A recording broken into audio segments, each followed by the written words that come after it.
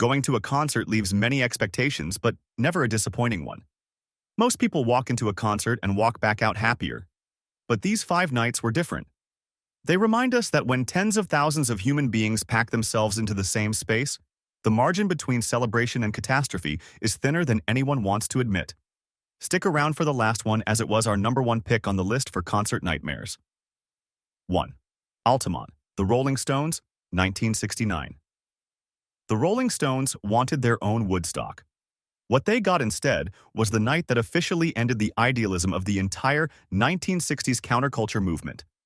It all started when the band planned a free festival in California, inviting the Grateful Dead, Santana, Jefferson Airplane, and others. This was a thanks to their loyal fan base that had supported the band in their early years. Little did they know things were about to get out of control quick.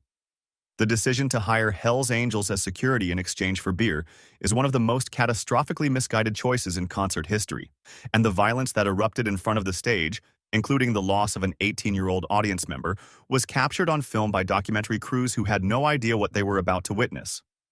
As scary as the footage is, it is sad that the responsibility of those involved had never been prosecuted. 2. The Who, Cincinnati, 1979. Imagine thousands of fans gathering outside Cincinnati's Riverfront Coliseum, waiting for the doors to open to one of the most anticipated concerts in history. When they heard what sounded like the start of the show, the crowd suddenly surged forward simultaneously, causing one of the scariest outcomes. In the chaos, people fell and couldn't get back up. 11 people lost their lives before the band even took the stage, and the most devastating part is that The Who played the entire show without knowing what had happened outside. It was kept under wraps until the show was over. The band was extremely shocked to find out after the fact. Pete Townshend has spoken publicly about the weight of that night following him for the rest of his life. A man who had no idea his concert had already become a tragedy before he played a single note. 3. Great White, The Station Nightclub, 2003. One band decision can lead to multiple situations. No one anticipated the weight of the band's pyrotechnics that ignited shortly after they started playing.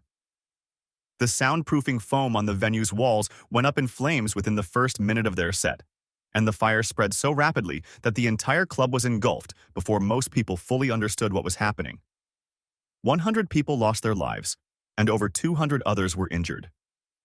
In a venue that had no sprinkler system, inadequate exits, and walls lined with material that burned like kindling. The tour manager responsible for the pyrotechnics was charged with manslaughter. If you're wondering about the owners boff the building, well, they were charged separately. Those that survived that night keep reliving the nightmare according to some interviews. 4. Roskilde Festival. Pearl Jam. 2000 tragedy struck when 9 men lost their lives at the front of the crowd during Pearl Jam's set, when a surge of people pushed forward and those at the very front collapsed under the weight of thousands of bodies behind them.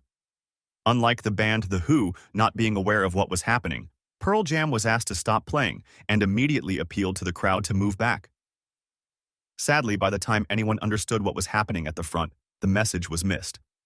What most don't know is Pearl Jam took the tragedy so personally, it nearly caused the band to break up. For years, frontman Eddie Vedder could barely speak about it publicly without breaking down. The band later memorialized the 9 victims in a song called Love Boat Captain. At number 5 and the most recent is Astroworld, Travis Scott, 2021. Everything seemed calm, but chaos ensued when Travis Scott took the stage in Houston, and the crowd surged forward. The force was so strong that it compressed people so tightly together that many couldn't expand their chests to breathe, a condition called compression asphyxia that takes your life without warning. 10 people died, and over 700 were injured while the show continued around them, and the questions that followed about who saw what, who knew what, and who had the authority to stop the performance became the subject of lawsuits, investigations, and debates that are still unresolved years later. At the end of the day, the haunting images were seen around the world. Those that knew what was going on tried to get the attention of medical response teams there.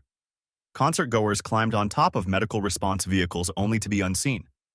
Every single one of these disasters left behind new safety protocols, new laws, new requirements, written in the hardest possible ink. So the question now becomes, do we do enough for concertgoers to make sure their safety is really at hand? If you were at any one of the concerts mentioned, we'd like to hear from you. Be sure to check out our latest video explaining what happened to some of your favorite bands after disappearing after one hit. The answers may surprise you.